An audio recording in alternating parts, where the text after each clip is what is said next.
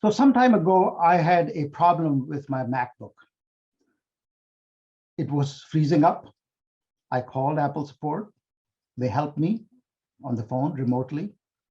We tried second time. And after the second time, when it did not work, the service rep said to me, "You're a professor. We know how important the laptop is to you. And it's not fair that we keep on trying, it doesn't work. So we are sending you a prepaid FedEx box for you to ship the laptop to us."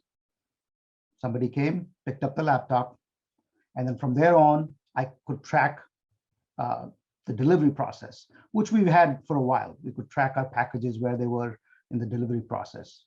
But what happened next morning was I could then track on the Apple website where my laptop was. It was being examined, it was being diagnosed. A couple of hours later, it said they have diagnosed the problem, they're fixing it. And then at about 3 p.m., they said it's been fixed, it's being boxed and ready to be shipped.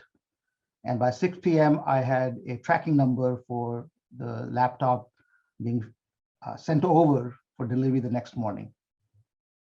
And it was working fine. So here was an example of a dissatisfied customer that turned into a loyal customer because they kept us informed. So what exactly happened here with digital transformation of the process of customer service? The internal systems were always tracking where the laptop was and who was fixing it. What Apple did was to expose that process to the customer. So the customer could be now more engaged, better informed, and had a stake in the process. So here is an example that you can utilize to figure out where the opportunities are, especially when your customers are dissatisfied with the process or they have a pain point that they're dealing with. Many times those customers will tell you through complaints, the proverbial suggestion box, and some of them may be nasty. Some of them may be saying, why can't you do this? Or my experience at another organization was much better than this. If you think carefully about how you can break down that process and then rearrange the steps in that process, insert technology into it, you could be digitally transforming your process for customer service.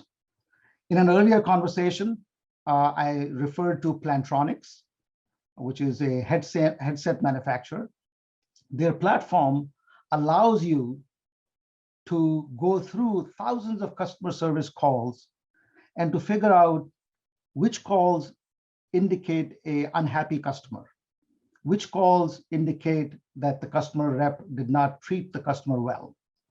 So you can see how digital transformed the process of identifying which service rep needs training. And in the Apple example, the digital transformation of the process was to keep the customer informed. So these are some ways we can look at opportunities, to identify new opportunities. And of course, internally, when one of us feels that, why is it this way that we always do things? Why can't we do it a different way? Now, our tendency usually is to shrug those situations and say, well, what are we going to do? My advice is to don't let those ideas go, because they have some very good opportunities that you can utilize in redesigning and transforming your customer service process. The second example I wanted to share with you about where to look for opportunities is to think about the business model that is accepted by all. Business model, a truth in the business that everybody believes in.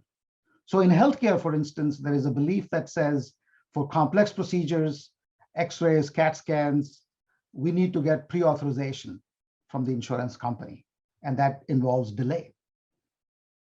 Now, patients may not like that.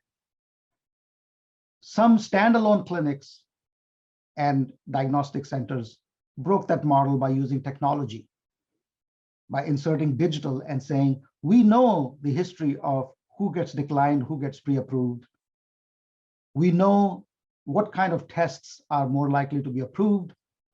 And we built this model that we can figure out and predict which procedure is going to be pre-authorized or authorized later, and we'll take walk-ins. So what if we have one or two patients whose bills will not be paid by the insurance company, or there'll be some discussion and argument about it? We'll work with it.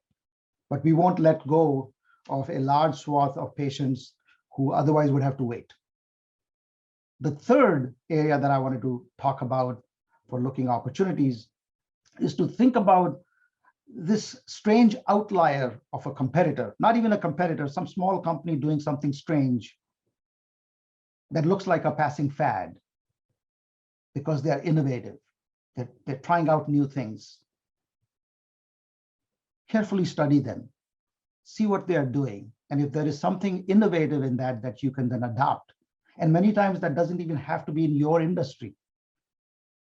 It could be a task, it could be a process that applies to your industry, but it's being done in another industry. For example, scheduling.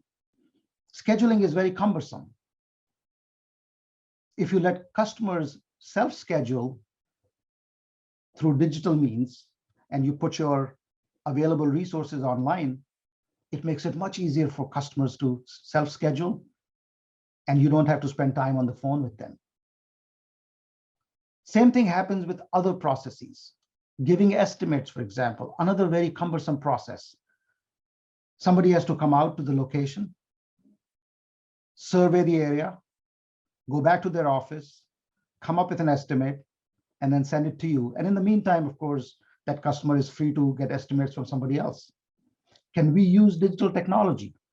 Google Maps, for example, if you know the address, to survey the property, come up with a real-time estimate, and lead to customer satisfaction and immediately closing that sale call and not having the customer wait. So if you follow these, some suggestions that I have for you on how to look for opportunities, you will come up with some areas where you can create new processes, modify existing processes, and perhaps change the nature of competition.